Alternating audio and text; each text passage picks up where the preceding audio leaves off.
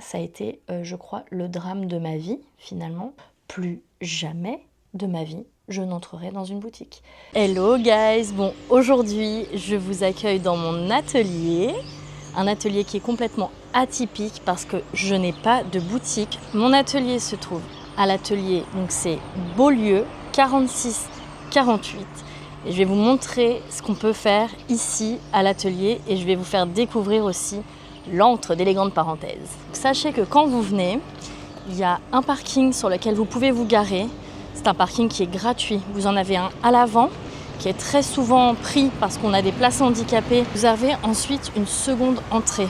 Et ça, c'est important parce que sur la seconde entrée, vous pouvez vous garer sur tout le tour de mon atelier. La seconde entrée, elle est ici. Donc vous verrez, c'est un endroit qui est quand même assez atypique. Et à chaque fois que les filles viennent ici, elles me disent que c'est très... comment dire ? C'est spécial. Donc c'est des artistes qui se trouvent ici sur Beaulieu, donc aux 1000 mètres carrés exactement, qui ont peint tous ces murs. Donc je vous montre. Hop, on retrouve Frida Kahlo. Donc là c'est Frida Kahlo. Et on retrouve tout plein d'autres peintures. Donc les artistes se trouvent juste ici. Si vous voulez visiter, il n'y a pas de raison de ne pas pouvoir. Ils peuvent même vous faire le tour, il y a plein de monde là. On peut même retrouver des gens qui font des sculptures en Lego. Une petite particularité chez moi, que je trouve vraiment cool quand on vient ici, c'est que si vous venez pas trop tôt l'après-midi pour récupérer une robe par exemple, vous pouvez vous arrêter pour venir boire un verre chez Maison Pipe. Donc ici ils font des soirées tous les vendredis et samedis soirs de mémoire où vous pouvez retrouver de la musique, food truck, boire une bière, boire de la limo, manger un bout, un hot dog, enfin bref, peu importe, c'est hyper cool. Il faut savoir une chose, c'est qu'à la base, cet endroit-là, il appartient à l'entreprise DDP. On a tous connu l'entreprise DDP. C'est l'entreprise qui fabriquait des vêtements un peu streetwear de l'époque et on les retrouvait sur nos agendas, sur nos draps de lit, même je crois en papier peint. Et donc ils ont séparé tous leurs locaux pour plein de petits artisans. Donc on peut retrouver des réparateurs de vélos, des vendeurs de vélos, on peut retrouver des loueurs de vaisselle ancienne, on peut retrouver... qu'est-ce qu'on retrouve ? Ah oui, une brûlerie de café. Donc eux vendent leur café au centre-ville de Bordeaux, je crois que c'est Cours de la Marne. Et donc on retrouve plein de monde, on a des tatoueurs, des comptables, qu'est-ce qu'on a ? Il y a tellement de monde. Donc du coup, nous voilà dans l'atelier partagé.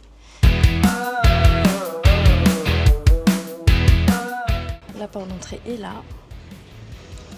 Je vais vous poser juste là en attendant 30 secondes. Ce qu'on va faire, c'est que j'ai une remise de robe à faire et je vous reprends juste après la remise de robe. A tout de suite.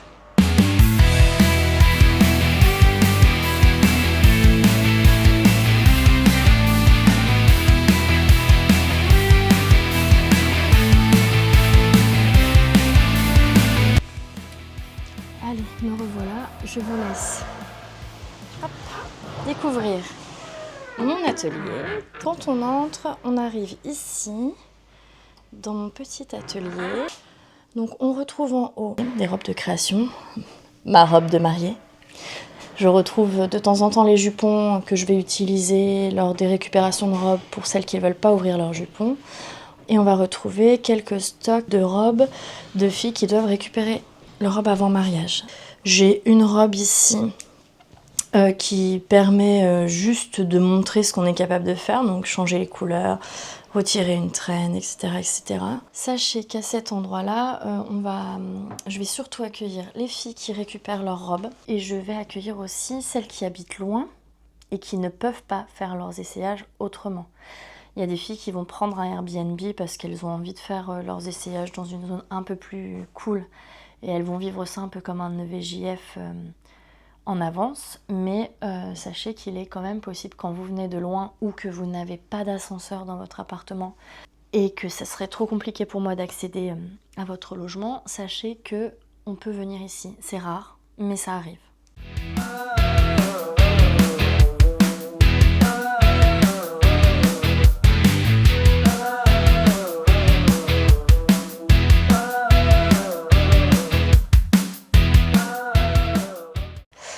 Donc vous vous doutez bien que si aujourd'hui j'avais une boutique, les prix ne seraient certainement pas les mêmes. Parce que à savoir que les entreprises, elles sont bien obligées à un moment ou à un autre d'impacter son tarif sur quelqu'un. Et quand ce quelqu'un est impacté, c'est forcément toi. Donc aujourd'hui, j'ai fait le choix de ne pas avoir de boutique pour éviter justement d'impacter le client au niveau du prix. Mais c'est surtout pour créer quelque chose de cocooning. Donc vous allez me dire, ouais Margot, ton atelier, quand les gens viennent en fait, ils me disent ton atelier, il est hyper cocooning, j'aime trop, c'est hyper chaleureux, tout est en bois, les grands miroirs, etc. Oui, j'entends, mais c'est pas comme quand vous êtes chez vous. Si les essayages se font ici, bah forcément c'est l'équivalent d'une boutique sans être réellement une boutique. Donc je suis pas fan. Bon, ça va quand les gens viennent de loin, mais je préfère le domicile. À l'époque, quand on avait décidé de se marier avec mon mari, on a fait le choix de faire du coup des essayages en boutique. À cette époque, sachez une chose, c'est que je n'avais pas encore Élégante Parenthèse. C'est l'expérience que j'ai vécue qui a fait qu'Élégante Parenthèse est née. À la base, je venais d'être licenciée à cause du Covid. Donc j'ai eu un licenciement économique et j'étais en formation. Et donc cette formation, je l'ai faite dans tout ce qui est création de web, gestion d'une entreprise, gestion des réseaux sociaux, rédaction sur les réseaux sociaux. Ça a été ma formation qui m'a été payée pendant mon licenciement économique. Donc j'ai accepté un licenciement économique pour refaire un peu le truc. Parce qu'en plus j'étais enceinte de ma deuxième fille. Donc j'avais plus du tout les mêmes envies, j'avais plus du tout les mêmes approches. Je ne m'imaginais pas du tout faire la même chose que ce que je faisais depuis longtemps alors que j'avais pas d'enfant. Voilà. Donc je demande de faire partie du plan de licenciement économique. C'est accepté, j'ai une formation. Mon mari et moi on décide de se marier, ça faisait 9 ans qu'on était ensemble, donc on allait se marier pour nos 10 ans et demi. Je décide de faire un premier essayage en boutique et ça s'avère catastrophique. Mais catastrophique à mes yeux, d'accord? Donc je parle pas, je ne suis pas une fille anti-boutique, voilà. À mes yeux, ça a été catastrophique. Pourquoi? Parce que, je ne suis pas de taille standard. C'est-à-dire que, ouvertement, je le dis, je fais une taille 48 en tour de poitrine, je fais un tour de taille 40 et un tour de bas 44.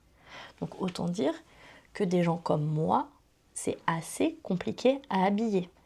Donc à partir du moment où on m'a fait comprendre que comme je faisais une taille 48 en tour de poitrine, j'aurais dû payer un supplément qu'on appelle les suppléments de taille grande taille.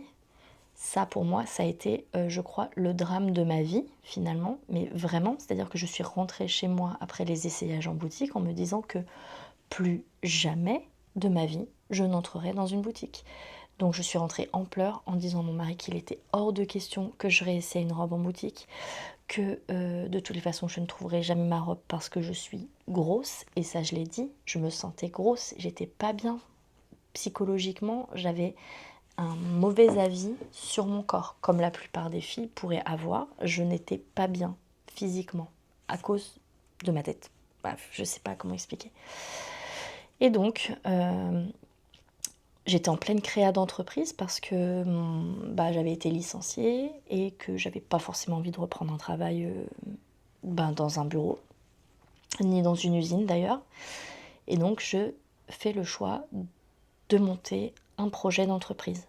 Et donc est née Élégante Parenthèse. On pourrait croire qu'Élégante Parenthèse, ça a mis du temps à naître, mais en fait, je ne sais pas comment expliquer.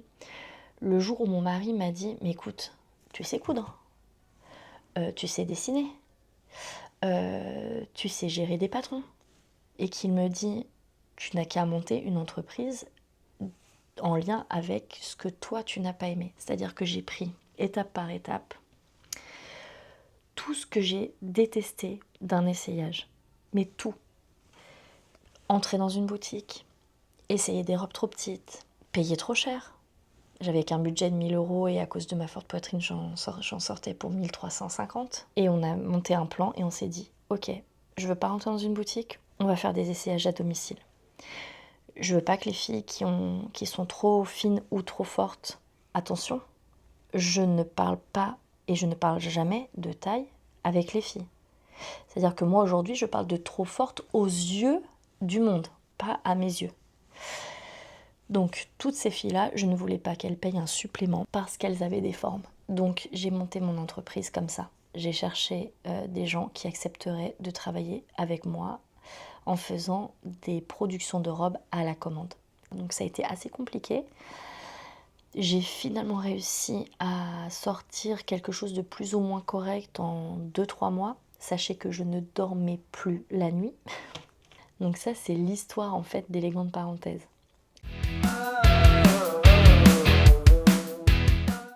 Non, je n'ouvrirai pas de boutique. Parce que j'ai pas envie d'être soumise à des horaires complètement délirantes. Parce que si je fais ça, c'est aussi parce que ça me plaît et que si ça devient une corvée pour moi, je trouve pas d'intérêt de monter ma propre entreprise. J'ai pas de boutique, donc j'ai pas besoin d'impacter des charges. J'ai pas de salarié non plus. Je suis seule à faire ce que je fais. Ça déjà, c'est des points hyper importants. Quand moi je suis entrée en boutique et que je me suis dit je ne me vois pas mettre plus de 1000 € dans une robe, bah du coup je savais que je ne mettrais pas plus de 1000 € dans une robe. Et ça pour moi c'était quand même important, genre psychologiquement me dire que vous n'allez pas payer plus de 1000 balles une robe. Donc ça arrive, c'est rare, mais ça arrive quand les filles me font refaire toute une robe en intégralité, le haut, le bas, rajouter de la matière, etc. Mais franchement, si ça dépasse les 1050 avec tous les accessoires, c'est tout ce qu'il en sort. Déjà, si je vous dis que je ne suis pas anti-boutique, c'est que je ne considère pas qu'une boutique aujourd'hui est une concurrente. On ne fait pas du tout la même chose, ok ? Dans les boutiques, vous pouvez vous pouvez retrouver 10 filles qui vont essayer dans la même journée. Moi, c'est 2 filles, d'accord ? C'est 2 filles, c'est chez elles, c'est dans un coin ultra fermé, il n'y a rien de surjoué. La lumière, c'est celle de chez vous, la maison, c'est chez vous. Donc si vous vous trouvez belle dans ce lieu-là, qui se trouve en général être votre salon, ben, autant vous dire que vous serez très très belle et vous vous trouverez très très belle le jour de votre mariage. Et je pense que vous êtes plusieurs filles à pouvoir me le remonter. Et n'hésitez pas, les filles qui se sont déjà mariées ou qui ont déjà fait un essayage, à nous mettre en commentaire votre avis en fait, votre ressenti sur l'essayage à domicile. C'est ultra important et ça permet à d'autres filles de pouvoir mieux se projeter. Donc voilà, je vous ai fait donc découvrir mon atelier à l'espace Beaulieu. Vous avez compris que c'était pas un endroit classique, que c'était un endroit ultra atypique et les filles s'en rendent compte à chaque fois qu'elles viennent. En fait, à chaque fois que les filles elles viennent à l'atelier, elles se rendent compte que ben oui, effectivement, c'est pas une boutique. J'ai même des gens qui me disent ah oui, c'est bizarre. Et en fait, quand elles rentrent, elles disent ah mais c'est trop mignon en fait. Ouais, c'est trop mignon. C'est mon atelier, voilà. Donc sachez que ça reste quand même malgré tout hyper chaleureux, qu'il y a plein de choses à faire autour. Donc si vous voulez aller boire un verre, attention, l'abus d'alcool est dangereux pour la santé. Je préfère le rappeler. Vous pouvez venir.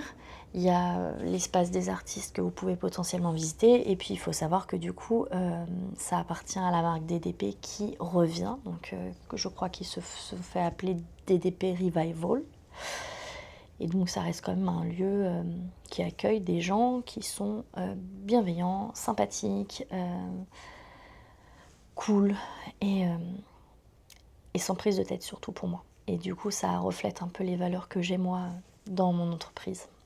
Donc sachez que si ce petit room tour vous a motivé et que ce que je vous ai raconté sur mon entreprise vous a motivé à faire un essayage à domicile parce que vous avez envie de tenter l'expérience de l'essayage à domicile, n'hésitez pas à faire une demande d'essayage et je serai ravie de répondre et de vous proposer des dates pour pouvoir vivre l'expérience ensemble. C'est terminé pour aujourd'hui. N'hésitez pas à vous abonner si ce genre de vidéo vous plaît. N'hésitez pas à commenter.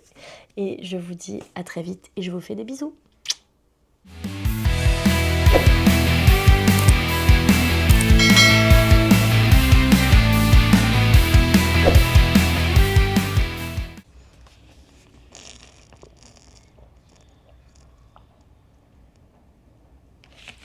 Désolée, j'avais soif.